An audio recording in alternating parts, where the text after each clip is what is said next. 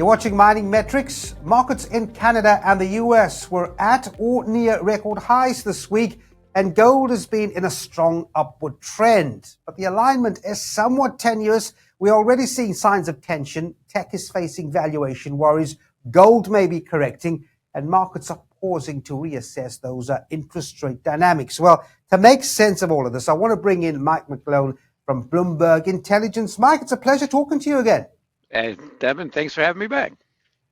Well, listen, this week we've seen markets swinging between record highs, and then we see sudden pullbacks driven by Fed signals, profit-taking global data. From your vantage point, Mike, what's the main force behind these moves right now? And should investors be reading the broader trend? Well, I enjoyed on one of the Bloomberg chats, the macro chat, one of the commentators said, oh my gosh, it's been 2 days without a record high. What are we going to do? So as we speak, it's September 25th. We're seeing a little bit of pickup in the volatility in stock markets, pulling back a little bit. We're seeing data's coming in stronger than expected. And there's some people who are questioning how robust the data is nowadays, now that, the BLS leader was fired the day after they published data wasn't so great. Mm-hmm. But the bottom line, I think, in terms of what people really in this podcast, in this video want to know about, it's metals, and gold is taking little profits.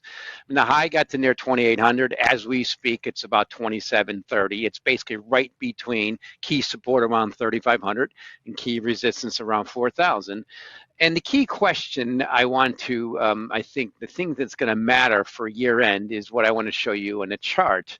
And that is that volatility, 60-day volatility on that good old S&P 500 has reached the lowest. It's about 9% since way before the start of COVID, right at 2020. Now, that was the end of the year when you got that volatility measure. Now we're heading towards a volatile time of year, fourth quarter. At the same time, you have the S&P 500 spike into new highs. That's wonderful. But we're in the lowest complacent bull market we've had in 5 years. And I just point out, if the S&P 500 were to go back to its 200-day moving average, which would still be in a bull market, it'd go back to 6,000.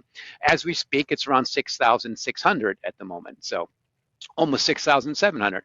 So my point is, as we enter fourth quarter, what I'm sensing is I think the market's figuring out this might be a time to weigh into some of those positive gamma, negative delta positions on risk assets. And the notable thing is, all risk assets are most linked in history. You have things like Bitcoin and cryptos is highly linked to the S&P 500 as they've ever been, and maybe record-setting gold's figuring that out. So let's look at this gold price. It's had an interesting week. Gold prices slid sharply following the release of better than expected labor market data in the US, Mike. But earlier this week, you said that the market's momentum makes 4,000 an ounce an achievable target. Why is that? Yeah, I still expect that. And I kind of pointed out in the next chart, we've already broken out, but we had 5 months when gold initially bumped up against 3,500, put in a good peak, it bottomed, it maybe dropped down to 3,200, put in what we would call technical analysts, and this is a monthly chart, almost a perfect bull flag. And now it's breaking out from that bull flag. So I think it's reset support around 3,500. That's now what was resistance, now support. At the same time, I show Bitcoin potentially knocking down. And then I hear Bitcoin knocking down, and also the S&P 500 volatility is just incredibly low. I think gold's figuring that out. But the thing is now, if it gets to near 4,000, which I think it will, it's so extremely, to not use the word overbought, it's so extremely stretched, it's going to need some more fundamental reasons. Now, I've been saying this for a while. I think gold, to me, is front-running a potential deflationary force from the U.S. stock market backing down a little. Now, that hasn't happened. Obviously, it's up on a total return basis, 13% in the year. But now we're heading to the fourth quarter. So to me, that's the key thing to be watching and thinking about. And if the stock market stays resilient and U.S. interest rates stay high, why buy gold? Now, there's major reasons that's happening. There's pretty significant geopolitical things coming on. But I think one of the best things that's happening for gold is Mr. Trump. Gold just loves the nuances of this president, pushing back on what made America great and some things like Fed independence. And I think it's a pretty good bull market, but I'm very, very concerned about fourth quarter. I'm hoping we can get through it without some major disruptions in the U.S. stock market. That's an interesting take on that. Look, Mike, your view on silver, I mean, it's a really interesting one. You're not as optimistic on silver as you are on gold, despite it being at a 14-year high. How do you see gold and silver behaving, let's say, in a potential recession?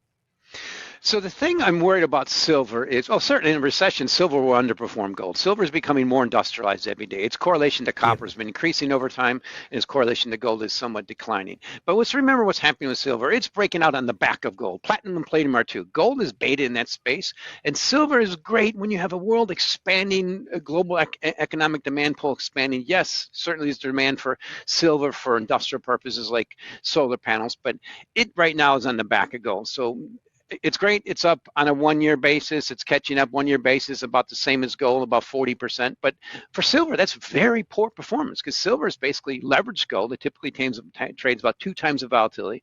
If gold's up 40% in a bull market, silver should be up 80%. That's not a good sign. Now, I'm not bearish silver, but I'm just pointing out the facts that we have to worry about here with silver. I put out a technical outlook this week, just pointed out, I think it's a matter of time it gets to 50. Good support is around 40. I'd probably should inch that up. I may 40 is potentially supporting. Really, the base was 35. But just remember why it's going up. And why is it going up on the back of gold? So let's point out things like silver got way too cheap versus gold in April. It was that gold to silver ratio. I always have to watch it. Yeah, we heard that sentiment before. Now, as a wrap up very briefly, Mike, I mean, the dollar's been firming even as rate cuts loom, right? I mean, is this resilience a sign of global demand for safety, or is the market mispricing America's risk profile? What's your take?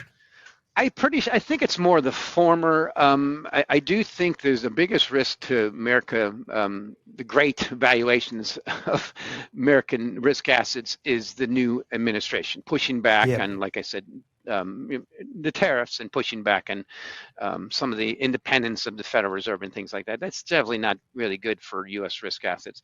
The thing to remember about the dollar is U.S. base rates are the highest of the major markets in the world. So that's decent support for the Dow. We've had a correction. And now it looks like we had one Fed ease, but you see the data's coming stronger and the market dropped. You have to look at forward rates, and forward rates are showing that Fed funds in 1 year initially dropped to 3%. Now they're almost 3.2%. So those rates might stay high if the U.S. stays strong. The key thing I want to point out about the dollar is things that are happening organically in cryptocurrencies. And this is where I have to point this out. It shows how the dollar is becoming, it's the 10 in the world on fiat currencies. Maybe the euro's a 5 and everything else is below. But this whole space is going organically through stable coins, I call them crypto dollars, to the dollar. The key thing that's been driving the dollar, Devin, for the last, since 2009, is the U.S. stock market outperforming the rest of the world. If you take that the S&P 500 divided by the MSCI ex-US index, it's the same chart as the trade-weighted broad dollar from the Federal Reserve. They both started ticking down. That, to me, is a major risk I'm worried about. If the U.S. stock market just gives back some of its extraordinary valuations versus the rest of the world, maybe that's part of a problem. Will hit the dollar. But overall, just point out that trend has been in place since the last time we had a decent down year in the U.S. stock market, which was 2008. Okay. Mike, we're going to have to leave it there, but very interesting insights indeed. Mike McGlone is from Bloomberg Intelligence. Always a pleasure speaking to you, Mike. Thank you, Devin. It's my pleasure.